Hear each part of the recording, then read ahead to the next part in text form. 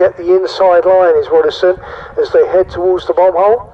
And as we see them emerge into Coram, he is indeed in the lead. So Paul Roddison has regained the lead.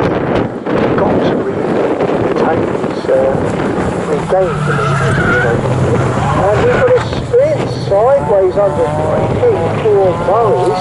And that was either Pretorius or Lovasich. I think it was Pretorius actually. Forgive me if I got that wrong. But Roddison comes through in the lead. Lovasich is second. Shipley comes through along with Ben Thompson, who's made a great start from number 10. That, remember, is a Mark 3. It shouldn't be as quick as the Mark 4s. And it was indeed Andrew Pretorius who got sideways under braking. Didn't have a full spin, but he was, you saw the front of the car there from sideways on. And so he is down behind Ben Thompson, who didn't race yesterday. That car was driven by Chris Clark, but clearly Ben knows what he's doing, because he's right up there and has made hay while the sun shines and has got past Pretorius, Andrew Pretorius, when Andrew had that half spin. At the back, it's Ben Williams. We'll watch and see how Ben manages to improve. Certainly yesterday, every lap he was getting quicker as he got more and more familiar with the car. We don't have the wind quite as bad as we did yesterday, so we could see an improvement in times from some of them. But meantime, it's Paul Roddison in the lead. He set a... well, in fact, the time that he set on the grid sheet for today, that was his race time, wasn't it, for the overall race. So we'll look at what he can do in his first flying lap. We were talking about Mazdas yesterday, the fact that they started the championship in something like the late 80s, and it was very, very popular in America and was imported into this country, and initially for the MX5 Mark 1s, it grew and grew, and then Mark 3s were incorporated into the championship, and eventually the BARC have incorporated Mark 4s into their championship. There are a couple of other championships as well, but they don't allow Mark 4s in. There's one exclusively for Mark 1s and one exclusively for Mark 3s. But the ARC have facility for Mark 4s. I don't think there ever was a Mark 2 Mazda MX5, was there? Peter is shaking his head, so presumably there wasn't. Through, completing 2 laps, go Roddison, Lovasich and Shipley. Pretorius is now regained 4th position. And where is Ben Thompson? Now here he is. I think he must have had a problem, because he was right up there and he's lost a lot of ground. Ben Thompson goes through. There is Ben Williams. So the 2 Bens, Thompson and Williams. Yes, that last lap for Ben Thompson took him 2 minutes 38 seconds, so I think he must have had a spin there. He lost quite a bit of ground. Pretorius goes up a place. Williams puts in a 2 minutes 32.6 on his first flying lap. Roddison, meanwhile, has now 2:19.42, and that is a whole 2 seconds quicker than his nearest pursuer, Ian Lovasich. So you can see in Roddison, they do prepare the car, and so they know exactly what they're doing. They've been around Mazdas for a long, long time. Paul Roddison, a multiple champion, and he really makes those Mark 4s absolutely fly. And he's certainly got much more of a handle on them than his competition has. All of those drivers in Mark 4s, they moved up through, they raced Mark 3s a couple of years ago and then embraced the Mark 4. It started off just as an extra additional class, a guest class basically, in what was predominantly a Mark 3 championship, and now it's really all about Mark 4s. You've got to have a Mark 4 if you want a chance of an outright victory.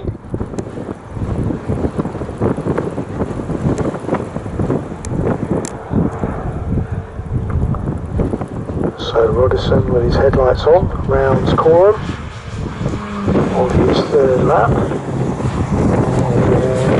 1990 now.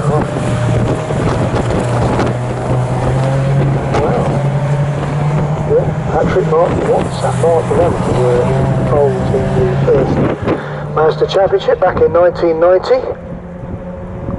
3 laps completed. Rodison and Loversage go through. Shipley not too far behind. Rodison sets another fastest lap at 2 minutes 19.266. The others are doing their best to keep up with it. In fact, Shipley's just over 2 minutes 19.8, so that's his personal best. Thompson will be quicker because this hopefully will be a lap, 2:25, a lap where he hasn't had a drama. And we'll see what Ben Williams can do because, as I say, he's improving his lap times.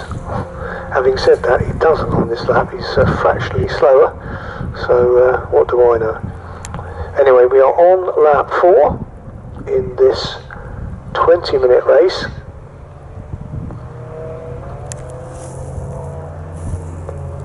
And as we were saying yesterday, the MaX5 originally sort of modelled on the Lotus Elan, very reminiscent, the body shape of the Lotus Elan.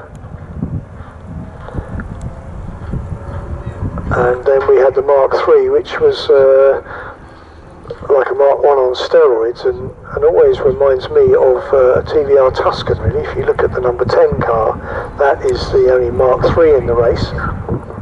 A lot more bulbous, a lot less attractive, really. So a Tuscan's not an attractive car? Well, it's a bit beefy, isn't it? It appeals to a certain way of putting it. Yes. Sort of macho person, I think. We're not allowed to say that in this day and age. Well, we can't call it a man's car, can we? A male person's car? Who was the lady driver? Charlotte, I can't remember what her name was then. She's married now to, I think, Buffet Marcus's, Top Cat's Marcus's. Oh. Charlotte Gilbert. Oh, right. Jerry Marcus. Oh, that's good.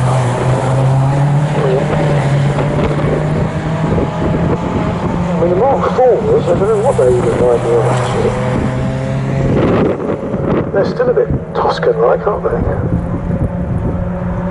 So as they complete 4 laps, Loversage not getting away from Shipley, those two. Rodison goes faster again at 2 minutes 19.006. And everyone else seems to be doing their personal best, so they're into the 19. They're not going to be quicker than that. Most of them come to the 19s yesterday, the opposition. So I think that's probably a sign of the fact that the wind has decreased. There goes the only Mark III in the race, that's the number 10, or Ben Thompson. And bringing up the rear of 25 with the extra entry, Ben Williams.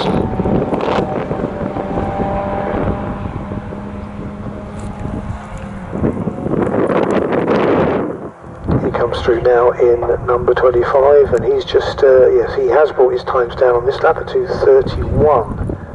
On that particular lap. So we're on lap 5, we are over half distance now in this MaX5 Championship race. So say we have 2 more occasions to go, Cadwell and Anglesey. Anglesey is actually a triple header to finish off the season. It's going to be a 16 race season, and they drop 2 scores at the end of this. No Class C cars out today. The man leading this Class C Championship is Steve Kite, who came across at the start of the season from the Hyundai Challenge, and he dominated that last year, and he has been pretty dominant in Class C for the Mark I Mazda MaX5s. But for some reason, maybe it's because it's the middle of August and people are on their summer holidays, but not as encouraging an entry as it has been at various points this season. So maybe they're all sort of karting in Malaga or something at the moment. As they cross the line, 5 laps completed for Paul Rodison. Ahead of Loversage and Shipley. Now Shipley's definitely not letting Ian Loversage get away. Those two are, I think, goading each other into greater things in second and third. Andrew Pretorius, having lost touch with them after that half spin at Murray's. He is some 10 seconds behind those two, so he's having a bit of a lonely race. As a consequence, not going so quick because Andrew Shipley is just on the overall fastest lap of the race, faster even than Paul Rodison, a 2:18.956. So Andrew Shipley in third, with a couple of second places so far this season, and he gets into the 2:18s, the first driver to do that this weekend in the Mazdas. So Jeremy Shipley certainly is flying at the moment.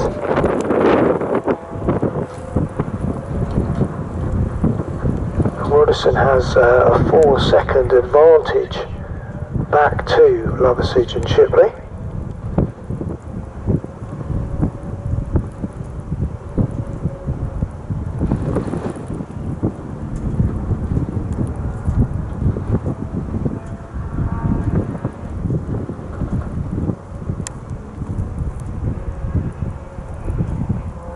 Mazdas, of course, have had a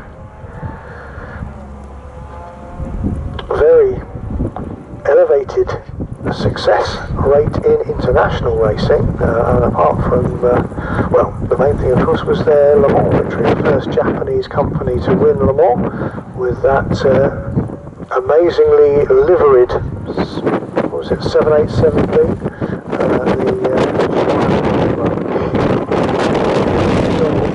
Johnny Herbert, Volker Riedler and Bertrand Gasher machine on Le Mans. The race started in 92. But yeah, lovely looking car with a charge, the orange and green colour scheme. Isn't that the one that Herbert did it on double or triple spin? Yeah, it collapsed. Yeah, he couldn't do the podium. He couldn't make it to the podium. He went to Le Mans and actually win it. You're so tired you can't actually get onto the podium. Yeah. That is cool, because that's the bit you want to do. Yeah. It's not crossing the flag, you want that little bit of adulation for that. Yeah. But I can't believe it's true.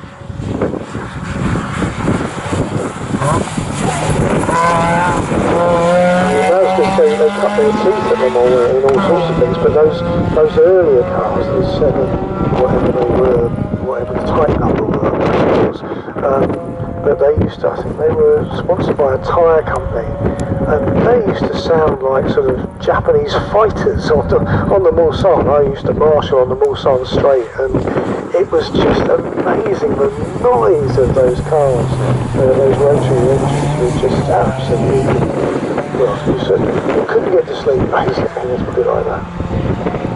Yeah, the 787B was the Le Mans car, wasn't it? There was a 767 that used to run